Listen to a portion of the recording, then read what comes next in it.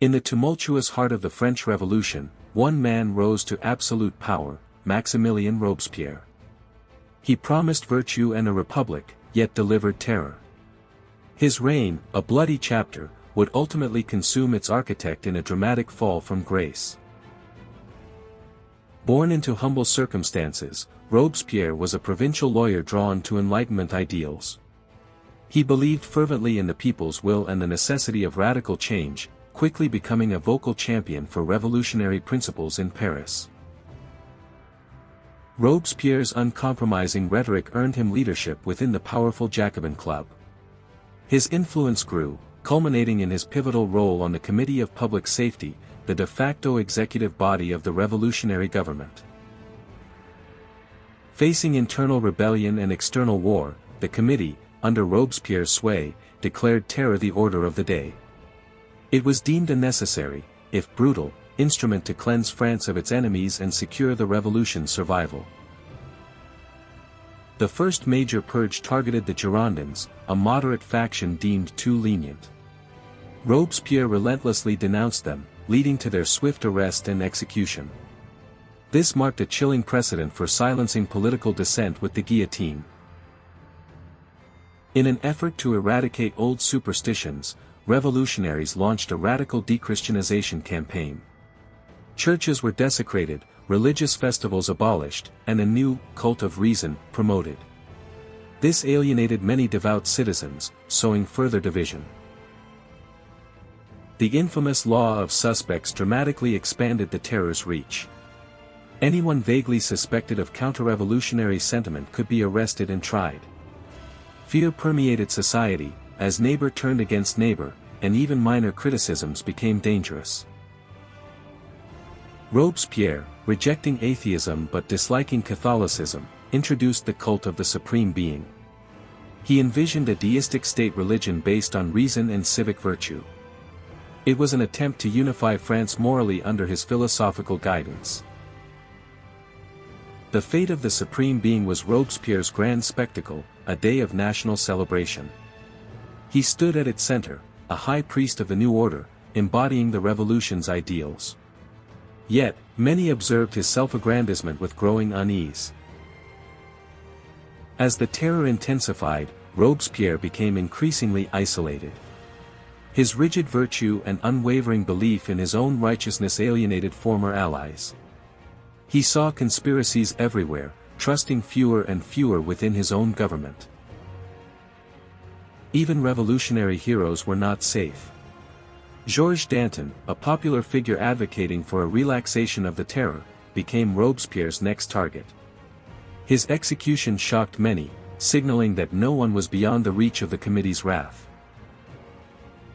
The law of 22 Prairial drastically streamlined revolutionary justice. It abolished legal defense, limited evidence, and made death the only penalty for enemies of the people. This law accelerated the terror, leading to a surge in executions. With the new law, Paris entered the period known as the Great Terror. Executions soared, reaching unprecedented numbers. The streets witnessed daily processions of the condemned, as the revolution consumed its own with terrifying efficiency. Despite the terror, economic conditions worsened. Inflation, food shortages, and the maximum price controls created widespread hardship and discontent among ordinary Parisians. Public support for the radical government began to erode significantly. The accelerating pace of executions and Robespierre's secretive nature instilled profound fear within the National Convention itself. Deputies, including those who had supported him, now worried they might be his next target, fostering a climate of suspicion.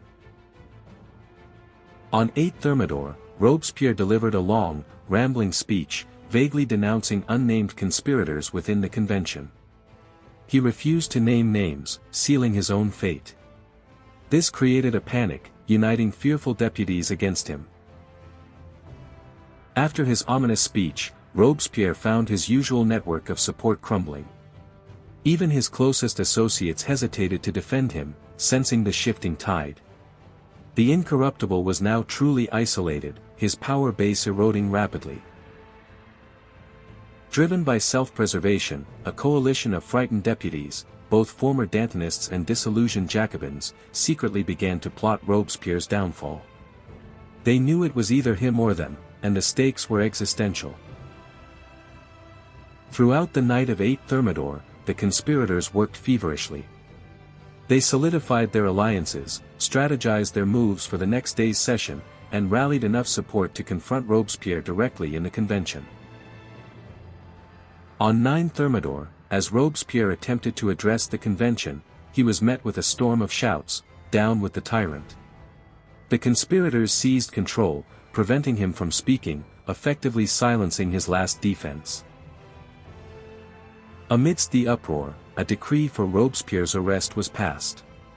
He, his brother Augustin, and other loyalists were taken into custody. The Incorruptible, once untouchable, was now a prisoner of the very revolution he championed. Initially rescued by loyalists and taken to the Hôtel de Ville, Robespierre's attempt to rally support failed. Convention forces stormed the building. In the ensuing chaos, he was shot in the jaw, suffering a painful, disfiguring injury. On 10 Thermidor, Robespierre, his jaw shattered, was paraded through the streets he once commanded. The public, once his ardent supporters, now cheered his demise. He was brought to the Place de la Révolution, the stage of his terror. Robespierre, the architect of the Reign of Terror, met the same fate as thousands before him. As the blade fell, so too did the curtain on the most radical phase of the French Revolution, ending his tyrannical grip on France. Robespierre's downfall marked the end of the terror, yet his legacy remains complex. Was he a virtuous defender of the revolution, or a ruthless dictator? His story forever cautions against the perils of unchecked power and revolutionary zeal.